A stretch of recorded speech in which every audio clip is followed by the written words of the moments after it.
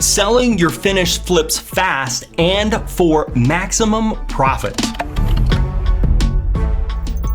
So the rubber really hits the road when it's time to sell your finished flip. Once the work's done and it's time to go sell that property. Are you actually going to get the ARV or after repaired value that you estimated? Will the profit still be there? I used to be a real estate agent, still am today, and this step stressed me out a lot. But I've learned a lot about how to sell your flips for fast and be profitable. Okay guys, let's talk about some of these things. I would say the very first step when you're trying to sell your property fast and be very profitable begins before the project even happens. So the very first step is buy right. You have to buy the right property. And I'm not saying it's got to be the perfect house, but it's got to be the right price. You've got to insulate yourself of some problems that can happen along the way, and you've got to expect some of the unexpected when you're going through the process. So you've got to make sure you buy the property right. That's the number one thing. Now, when you're buying that property, you want to make sure you're estimating the ARV or after repaired value. You want to be conservative on that so you have a really good idea what the property is going to sell for. The next thing before you even purchase the property is you've got to have a detailed repairs list, and you've got to have a contractor bid, preferably 2 of them, that will tell you the prices. So that way you can really calculate what your profit margin is going to be. Now, based upon all that, if you've done all that correctly, the next phase that you get into is project management. You've got to make sure that the quality of the rehab on this project is equal to the other comparables that you've been valuing against. You see, if the house across the street just sold and has granite countertops, your property probably needs to have granite countertops as well. But if it has laminate countertops, your property's probably good having laminate countertops as well. So I want my condition of my property to be the same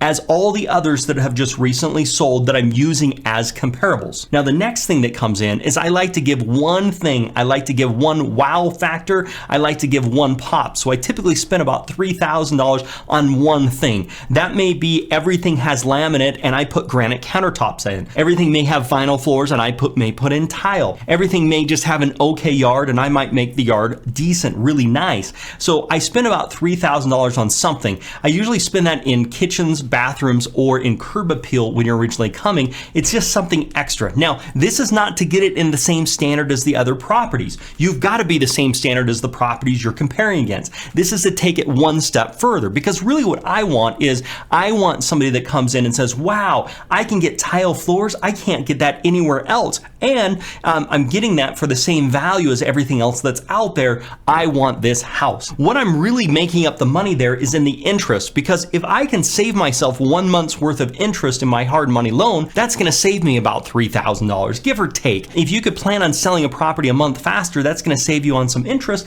and that'll more than pay for the cost of the few $1,000s that you spent to make it just that little bit of an upgrade. So those are things that have to happen. If you've added the wow factor, the next thing that we want to get into is making sure the quality of the repairs is there. I've got to tell you, not every paint job is created equal. I also have to tell you that every contractor doesn't do equal work and quality. So you've got to make sure that you're on the job site at least once a week, but preferably multiple times a week, and you're managing the process. I can't tell you how many times I've showed up on a job site and the wrong tile was getting installed, or the wrong carpet was getting installed, or the paint color was off. And that could have been a miscommunication, or it could have been blatantly, they just chose something and went forward with it. If you're delegating and just letting your contractor tell the colors and everything else like that, you're making a huge mistake. One of the things I really recommend is that you have somebody that knows design help you out. And typically you can find a friend, a family member, or you can even find a professional and pay a flat fee, maybe $500 or $1,000 to help you with the paint colors and everything else. Make sure they understand the properties for a resale and you're going for a general appeal.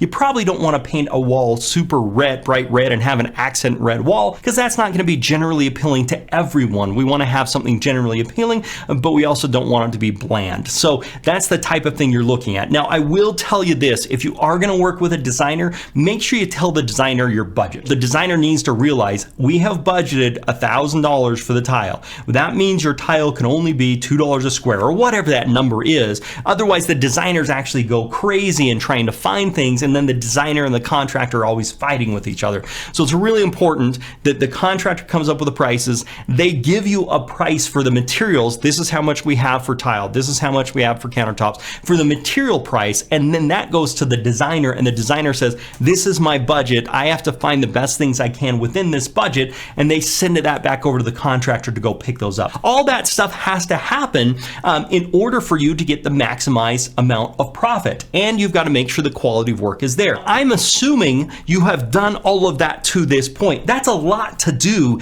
that happens before you even put a sign in the property. The other thing that really comes down to this is how fast the repairs are actually getting done. One of the big mistakes I see people frequently make is take way too long to get the repairs done. My rule of thumb is $1,000 a day plus about 10 days. So meaning if it's a $50,000 rehab, you've got 50 days to get the work done, and I add about 10 days for getting permits or having some issues or some delays and things. So basically that's a 60-day rehab. 50 days because $1,000 a day plus 10 extra days is a 60-day rehab. If you're taking longer than that, it's costing you more money because each day that goes by, you are spending interest. Now, even if you're not making that check or paying that check, it's accruing or you've prepaid that, whatever the case is, that is profit coming out of your pocket. You've got to realize that every single day is a dollar sign, and every day that goes by costs you money. One of the things I like to do is motivate my contractors by giving them a carrot and giving them a stick. The carrot that I like to give them is if I figure out that my hard money cost is $150 a day, I tell them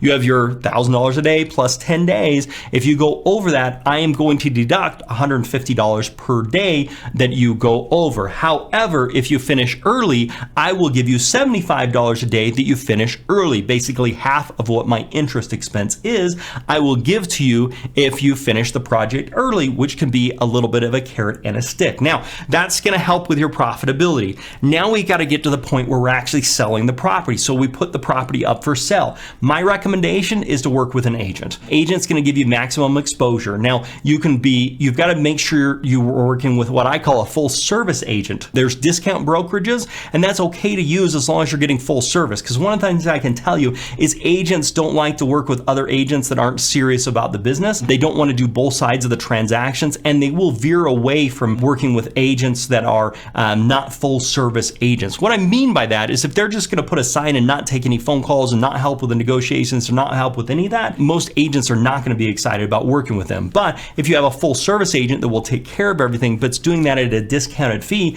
that's something that can be very, very useful. One of the things I'd recommend doing is making a relationship with an agent and saying, I will bring multiple deals to you, but I want to get a discount on the commissions, but I want you to be a full service agent. Because you've got to realize most of the time, the person that's going to bring the buyer is another agent. A buyer's agent is the one that's going to be bringing that buyer to the property more than likely. If the agent does their job and puts it on the multiple listing and puts up the signs and puts it on different websites so it can be publicly accessible, that's the ticket here. In addition to that, it comes down to precision pricing. What I don't believe in is just putting the highest price you can possibly get for the property. I believe in doing the research and saying, this is what we really think the property is going to sell for, and then listing the property 3 to 5% more than that. One of the things that people forget is you can sell the property for more than you've listed it for. You don't have to sell the property for what you actually listed it for. But when a property comes on the market, that's when it gets the most appeal. That's when the most people see it. That's when it's new and hot on the market. But the longer that it's on the market, people start saying, oh, I've already seen that house. It's too expensive. It's not what I want. You know, that type of stuff. Whereas